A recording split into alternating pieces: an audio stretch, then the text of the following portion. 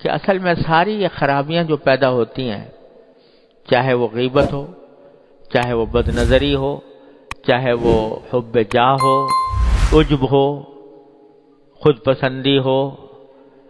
یہ سارے کے سارے شاخسانے ہیں اللہ تعالیٰ کے ساتھ تعلق مضبوط نہ ہونے کے۔ اللہ تبارک و تعالیٰ کے ساتھ تعلق مضبوط ہو، اللہ تبارک و تعالیٰ کا دھیان رہے، تو پھر یہ چیزیں قریب بھی نہیں پھٹکتی۔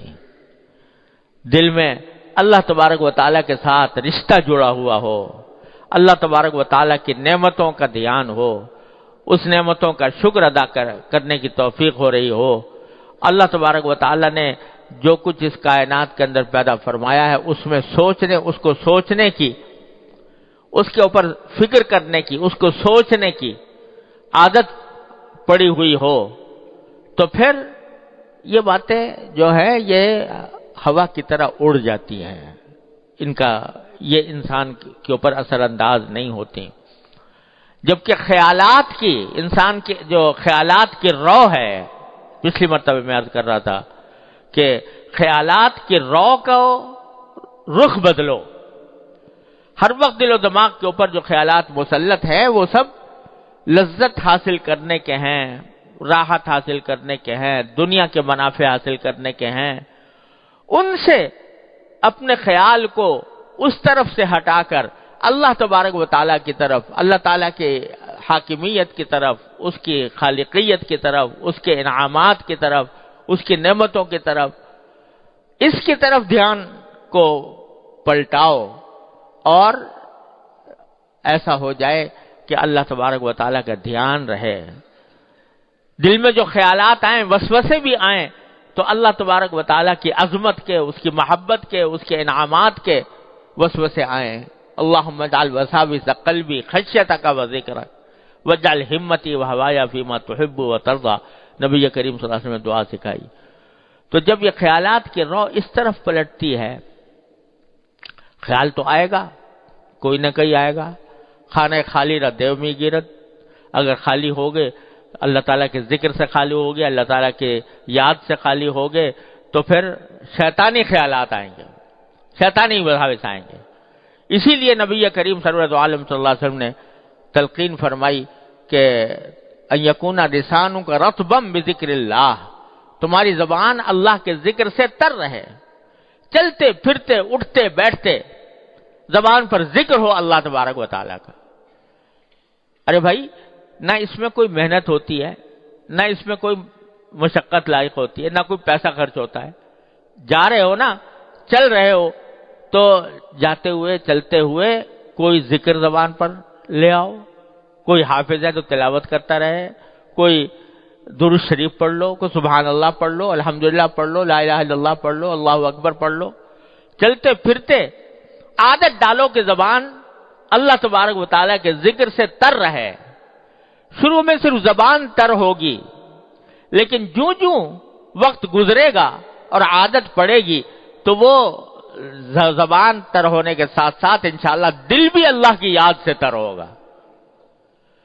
بعض لوگ سمجھتے ہیں کہ زبانی ذکر کرنے سے کیا حاصل، زبانی ذکر کرنے سے کیا، جبکہ دل میں اللہ تعالیٰ کا خیال نہ ہو،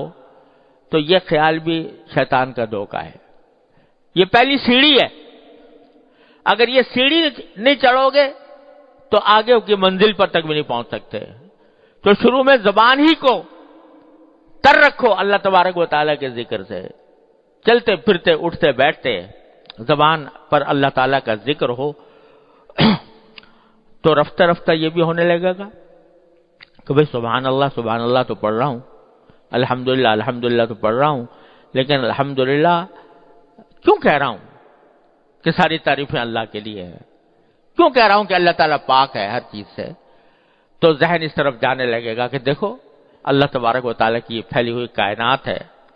اس میں اس کے تجلی کے مظاہر نظر آ رہے ہیں، اور یہ جو کچھ کائنات میں ہو رہا ہے اسی کے حکم سے ہو رہا ہے، اسی کی مشیت سے ہو رہا ہے، وہی کارساز ہے، وہی ملک کی مشکل کشا ہے، وہی حاجت روا ہے۔ یہ خیالات پر رفتہ رفتہ آنے لگیں گے، اور پھر یہ ہو جائے گا کہ آدمی کو چلتے پھرتے بھی اور اٹھتے بیٹھتے بھی اللہ تبارک و تعالیٰ کی یاد اس کے دل میں ہوگی، اس کی نعمتوں کے اوپر شکر ادا کرنے کا جذبہ ہوگا۔ تو ایک وقت ایسا آ جاتا ہے کہ پھر دوسرے خیالات کم پڑ جاتے ہیں، کم ہوتے ہوتے ختم ہو جاتے ہیں۔ ہمارے حضرت فرماتے تھے، حضرت عارفی قدس اللہ تعالیٰ سرہ، حضرت حکیم الامت رحمۃ اللہ علیہ کا یہ قول نقل فرماتے تھے کہ اب تو کچھ ایسا ہو گیا ہے کہ جیسے یوں کہہ رہے ہیں کہ اب یہ کر لو، اب یہ کر لو، اب یہ کر لو، یعنی اللہ تبارک و تعالیٰ کی طرف دھیان کی ایک صورتحال پیدا ہو گئی ہے کہ قدم قدم پر ایسا لگتا ہے کہ اللہ تبارک و تعالیٰ یوں فرما رہے ہیں کہ ایسا کر لو۔ تو ہر وقت اللہ تعالیٰ کے ساتھ ذات سے تعلق مضبوط ہو جاتا ہے۔ حضرت فرماتے ہیں کہ حضرت بیماری کے عالم میں جو مرض وفات تھا اس میں آنکھیں بند کیے ہوئے لیٹے رہتے تھے، تو اس حالت میں کبھی کوئی آدمی آ کے کوئی دوا کے لیے کوئی بات کہہ دی یا کوئی ایسی، تو کبھی آپ مختصر جواب دیتے۔ جب زیادہ دیکھا کہ لوگ اس طرح کر رہے ہیں تو ایک مرتبہ فرمایا، کیوں ایک مشغول آدمی کو تنگ کرتے ہو،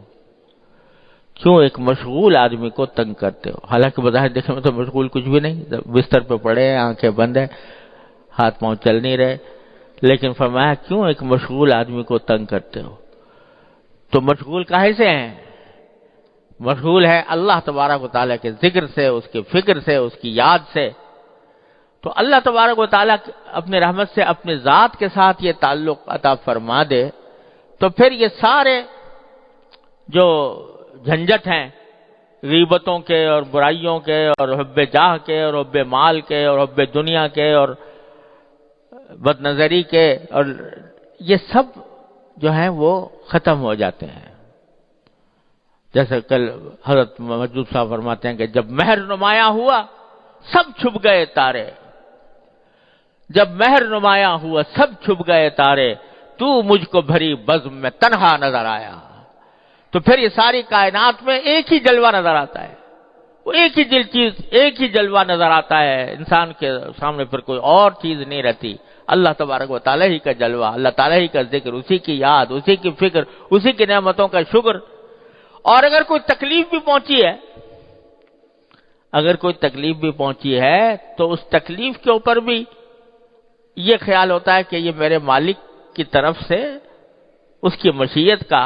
ایک حصہ ہے، اور اس مشیت کے اندر ہی مصلحت ہے، مجھے اس پر اجر مل رہا ہے۔ کانٹا بھی چبھ جاتا ہے تو وہ مجھے اجر عطا فرماتے ہیں، کوئی مجھے تشویش لائق ہوتی ہے تو اس پر بھی وہ اجر عطا فرماتے ہیں۔ تو تکلیف کی حالت ہو یا راحت کی حالت ہو، ہر صورت میں اللہ تبارک و تعالیٰ کے ذکر و فکر سے انسان کا دل آباد رہتا ہے۔ تو یہ اللہ تبارک و تعالیٰ کے ساتھ تعلق ہے جو انسان کو ان ساری گناہوں سے بچاتا ہے۔ کہاں کا عجب، کہاں کا تکبر، جب اللہ تبارک و تعالیٰ کی ذات کی طرف دھیان لگ گیا، اس کے ساتھ تعلق مضبوط ہو گیا، تو پھر کہاں کا عجب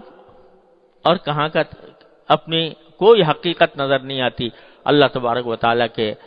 عظمتوں کا استحضار کرنے کے نتیجے میں کبھی آدمی کے پر خیال بھی نہیں گزر سکتا کہ میں کوئی ایسی چیز ہوں کہ جو قابل ذکر ہو، سب کچھ ان کی عطا ہے۔ میرے حضرت والد ماجد رحمۃ اللہ علیہ تعالیٰ ان کے درجات بلند فرمائے۔ اللہ اکبر کبیرہ۔ مرض وفات سے کچھ دن پہلے ایک دن کبھی کبھی حضرت شعر بھی فرماتے تھے، تو ایک شعر فرمایا تھا، اور وہ اس کی حالت کی تصویر کیا ہے، اللہ تبارک و تعالیٰ وہ ہم سب کے لیے اپنا حال بنا دے اپنی رحمت سے۔ فرمایا کہ تیرا جمال ہے، تیرا خیال ہے، تو ہے، تیرا جمال ہے، تیرا خیال ہے، تو ہے، مجھے یہ فرصت کاوش کہاں کہ کیا ہوں میں تو ہر وقت تیرے جمال، تیرے کمال میں، تیری ذات میں محور مگن ہوں، تو مجھے یہ کہاں فرصت رکھی ہے کہ میں اپنے بارے میں سوچوں کہ کہ میری کیا حقیقت ہے اور میں کتنا بڑا ہوں اور کتنا چھوٹا ہوں. تیرا جمال ہے، تیرا خیال ہے، تو ہے، مجھے یہ فرصت کاوش کہاں کہ کیا ہوں میں. یہ اللہ تبارک و تعالی سے تعلق جب اپنی رحمت سے اللہ تعالیٰ اس کو مضبوط فرما دیتے ہیں تو یہ کیفیت ہو جاتی ہے. تیرا جمال ہے، تیرا خیال ہے، تو ہے. ہر وقت، ہر آن، ہر وقت، ہر آن، ہر کام میں. بظاہر آدمی دنیا کے کام میں لگا ہوا ہوتا ہے لیکن اس کا دل مشغول ہے اللہ تبارک و تعالیٰ کے ساتھ. اور بظاہر وہ دیکھنے میں وہ کام کر رہا ہے جس کا دین سے کوئی تعلق نہیں، لیکن حقیقت میں اندر اس کا باطن، اس کا خیال، اس کا دھیان وہ اللہ تعالیٰ کی طرف ہے. دست بیار و دل بیار و دست بکار کا ہاتھ تو کام میں لگے ہوئے ہیں لیکن دل اللہ تبارک و تعالیٰ کی طرف متوجہ ہے. میں نے اپنے والد ماجد قدس اللہ تعالیٰ سرہ سے سنا، حضرت فرماتے تھے کہ ایک مرتبہ حضرت حکیم الامت قدس اللہ تعالیٰ سرہ کے خلفاء میں سے حضرت مفتی محمد حسن صاحب رحمۃ اللہ علیہ، ان کے مدرسے میں، امرتسر میں ان کا مدرسہ تھا، تو وہاں ایک مرتبہ حضرت کے کچھ خلفاء کا اجتماع ہوا جس میں خود حضرت مفتی محمد حسن صاحب رحمۃ اللہ علیہ بھی تھے، میرے والد ماجد رحمۃ اللہ علیہ بھی تھے، اور حضرت مجذوب صاحب جو حضرت کے بڑے عاشق زار قسم کے خلیفہ تھے، اور تخلص بھی مجذوب تھا اور کچھ ادائیں بھی مجذوبانہ تھیں. تو ان کا اجتماع تھا. حضرت مفتی محمد حسن صاحب رحمۃ اللہ علیہ نے کچھ کھانے کی دعوت کی ہوئی تھی، تو کھانا ہوا. کھانے کے بعد وہ آم کا موسم تھا، آم لائے گئے، سب نے آم چوسے، اور اس دوران حضرت مجذوب صاحب چونکہ شاعر آدمی تھے تو شعر بہت سناتے رہے، غزلیں بھی سناتے رہے، کچھ ہنسی مذاق بھی ہوتا رہا. آخر کار جب کافی دیر مجلس گزر گئی تو حضرت مجذوب صاحب نے فرمایا کہ بھئی بتاؤ کس کس کو غفلت ہوئی، یعنی اس کھانے پینے میں، اس دعوت میں، اس مجلس میں، ہنسی مذاق میں کس کس کو غفلت ہوئی. غفلت کے معنی یہ کہ آدمی اللہ تعالیٰ کے ذکر سے غافل ہوا. تو بہتوں نے کہا کہ جی ہم سبھی اس وقت تو کھانے پینے میں لگے ہوئے ہیں اور اس چیز میں لگے ہوئے تھے. فرمایا الحمدللہ مجھے غفلت نہیں ہوئی. یعنی اس ہنسی مذاق کے ماحول میں بھی، اس کھانے پینے کے ماحول میں بھی، اس دوستانہ مجلس کے ماحول میں بھی الحمدللہ مجھے غفلت نہیں ہوئی. کیا مانا کہ یہ سب کچھ ہو رہا تھا ظاہری اعتبار سے، لیکن دل اللہ تبارک و تعالیٰ کی طرف متوجہ تھا. اس ہنسی مذاق کی مجلس میں جو لطف آ رہا تھا وہ بھی اللہ تعالیٰ کی عطا تھی، اور اس کی عطا ہونے کے ناطے اس سے اس کا شکر ادا ہو رہا تھا کہ اللہ آپ نے یہ اچھی مجلس عطا فرمائی ہے، اچھا کھانا عطا فرمایا ہے، اچھی لذتیں عطا فرمائی ہیں. تو اس وقت بھی اللہ تبارک و تعالیٰ سے رشتہ الحمدللہ قطع نہیں ہوا تھا، جڑا ہوا تھا اللہ تبارک و تعالیٰ سے. تو یہ کیفیت ایسا نہیں ہے کہ کوئی ناممکن بات ہو، کوئی محال چیز ہو، ناممکن العمل ہو جاتی ہے. اور ہوتی کس طرح ہے کہ مشق سے، بار بار کرنے سے، ایک چیز کے تکرار سے پھر وہ عادت بنتی ہے، اور عادت جو ہے وہ پھر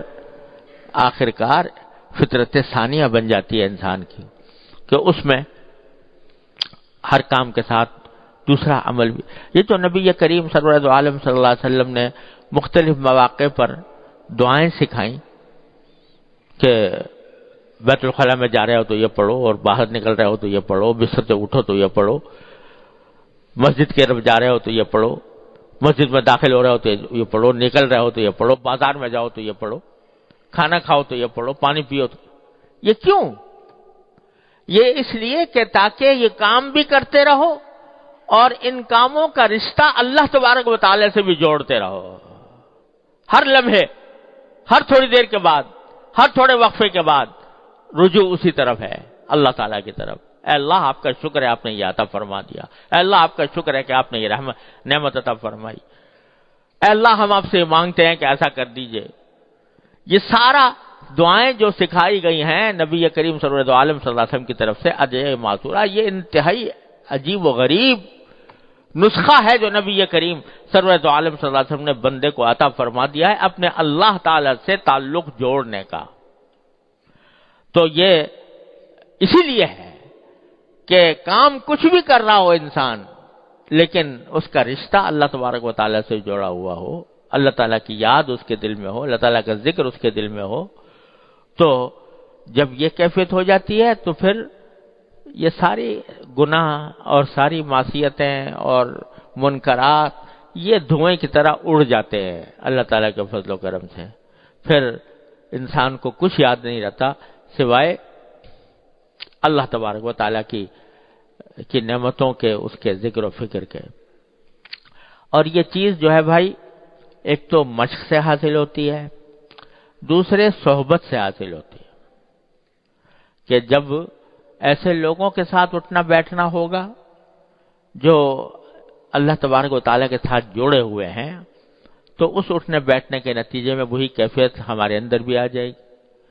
اور اگر ایسے لوگوں کے ساتھ اٹھنا بیٹھنا ہوا جو غافل ہیں، اللہ بچائے غفلت میں ہیں، کہ اللہ تعالیٰ کی طرف دھیان نہیں جاتا، اللہ تعالیٰ